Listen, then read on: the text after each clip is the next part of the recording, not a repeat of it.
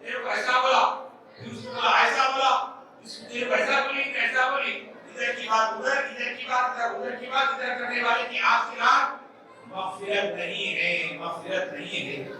بزرگوں اور دوستو، آج کی رات لڑانے والوں کی مغفرت نہیں ہے، جو لڑائی لڑتا ہے، کینہ بغض رکھتا ہے، اس کی مغفرت نہیں ہے۔ پھر اللہ کے نبی صلی اللہ علیہ وسلم نے فرمایا آج کی رات جو ماں باپ کا نافرمان ہے، دیکھیے آپ، ماں باپ کا جو نافرمان ہے، ماں باپ کا جو ادب نہیں کرتا، ماں باپ کی خدمت نہیں کرتا، آج کی رات اس کی مغفرت نہیں ہے۔ اب بتائیے کتنے کے گھر میں ماں باپ ہاتھ اٹھائیں، جن کے ماں باپ زندہ ہے ہاتھ اٹھائیں، اللہ ان کو صحت دے، سلامتی دے، انہیں درازی عطا فرمائے۔ جن کے بھی ماں باپ ہیں اللہ ان کو سلامت رکھے۔ اللہ کے نبی صلی اللہ علیہ وسلم فرماتے ہیں کہ جن کے ماں باپ زندہ ہے، ان کی خدمت نہ کیا ہو، انہیں ستایا ہو، آج کی رات چاہے حج کر لے، عبادت کر لے، نماز پڑھ لے، کچھ بھی کر لے، اس کی مغفرت نہیں ہے۔ بزرگ اور دوستوں، اللہ کے نبی صلی اللہ علیہ وسلم نے فرمایا کہ ماں باپ کی دعا ویسے ہی ہے جیسے انبیاء کی دعا ہوتی ہے۔ انبیاء کی دعا جیسی ہوتی ہے، ماں باپ کی دعا ویسی ہے۔ آقا کریم صلی اللہ علیہ وسلم نے قوم بنی اسرائیل کے حضرت موسیٰ کلیم اللہ کا واقعہ بیان فرمایا۔ حضرت موسیٰ کلیم اللہ راستے سے جا رہے ہیں، پیدل پیدل راستے سے جا رہے ہیں، بات سمجھ میں آئے تو سبحان اللہ کہتے ہیں، سمجھ میں آئے تھوڑا سبحان اللہ کہتے ہیں۔ پتی پتی بھول بھول، پتی پتی بھول بھول، یا رسول کرو بھائی فرمائیں، پتی پتی بھول بھول، پتی پتی بھول بھول، نعرے تکبیر، نعرے رسالت، تھوڑا موجود کا سوال ہم بیٹھے ہوئے معلوم ہونا چاہیے، واقعی اس میں بیٹھے ہیں ہم۔ تو حضرت موسیٰ کلیم اللہ پیدل جا رہے، بہرحال میں درد ہونے لگی، یا اللہ سواری کا انتظام فرما، سواری کا انتظام فرما۔ تو اللہ نے ندا دیا ہے، موسیٰ تھوڑی دور پر ایک میرا محبوب میرا ولی ہے، اس کے پاس جائیں، اس سے کہتے ہیں تمہارا سواری کا انتظام کر دے گا۔ میں کلیم اللہ، اللہ سے بات کرنے والا نبی اللہ، اور مجھے فلاں سے مدد لینے کے لیے کہا جاتا ہے۔ اللہ نبی کو حکم دے رہا ہے کہ فلاں جگہ ولی میرا بیٹھا ہے، ولی سے مدد لے تو تمہاری سواری کا انتظام کرے گا۔ تو حضرت موسیٰ علیہ السلام جلدی جلدی گئے، تو کیا دیکھتے ہیں کہ ایک بندہ اللہ کی عبادت میں بیٹھا ہوا ہے، عبادت میں بیٹھا ہوا ہے۔ جیسے ہی قریب گئے، اے اللہ کے بندے، اللہ نے کہا ہے مجھ سے، میں نے کو کہا ہے کہ مجھے سواری کا انتظام کر دے، فلاں مقام پہ مجھے جانا ہے۔ اللہ نے جو اس بندے کو ایسی شان عطا فرمائی، فوراً وہ بندہ لے کیا کرتا ہے، بادل کو حکم دیتا ہے، آسمان پہ بادل تھا، بادل کو حکم دیتا ہے بادل نیچے آ اور اس بندے کو آگے لے جا۔ وہ جانتا نہیں تھا کہ یہ نبی اللہ ہے، وہ جانتا نہیں تھا کہ یہ موسیٰ کلیم اللہ ہے۔ جیسے ہی بادل نیچے آیا، موسیٰ کہنے لگے اے رب الجلال، یہ بندہ ہو کر اس میں اتنی بڑی طاقت کے آسمان سے بادل نیچے آئے اور مجھے اٹھا کر لے جا رہا ہے، ایسا کون تیرا بندہ ہے، یہ کون ہے، اس کی شان اتنی سے کیسے عطا ہوئی؟ اللہ نے کہا اے موسیٰ، اس میں کوئی شان نہیں ہے، اس میں کوئی شان نہیں ہے، بلکہ اس کی ماں مرنے سے پہلے، اس کی ماں مرنے سے پہلے میری بارگاہ میں ہاتھ اٹھا کر دعا کی، اے رب الجلال، میرا بیٹا جو کہے اسے پورا فرما، میرا بیٹا جو مانگے وہ عطا فرما۔ تو میں نے اس کی ماں کی دعا کی وجہ سے اسے ولی بنا دیا، ولی بنا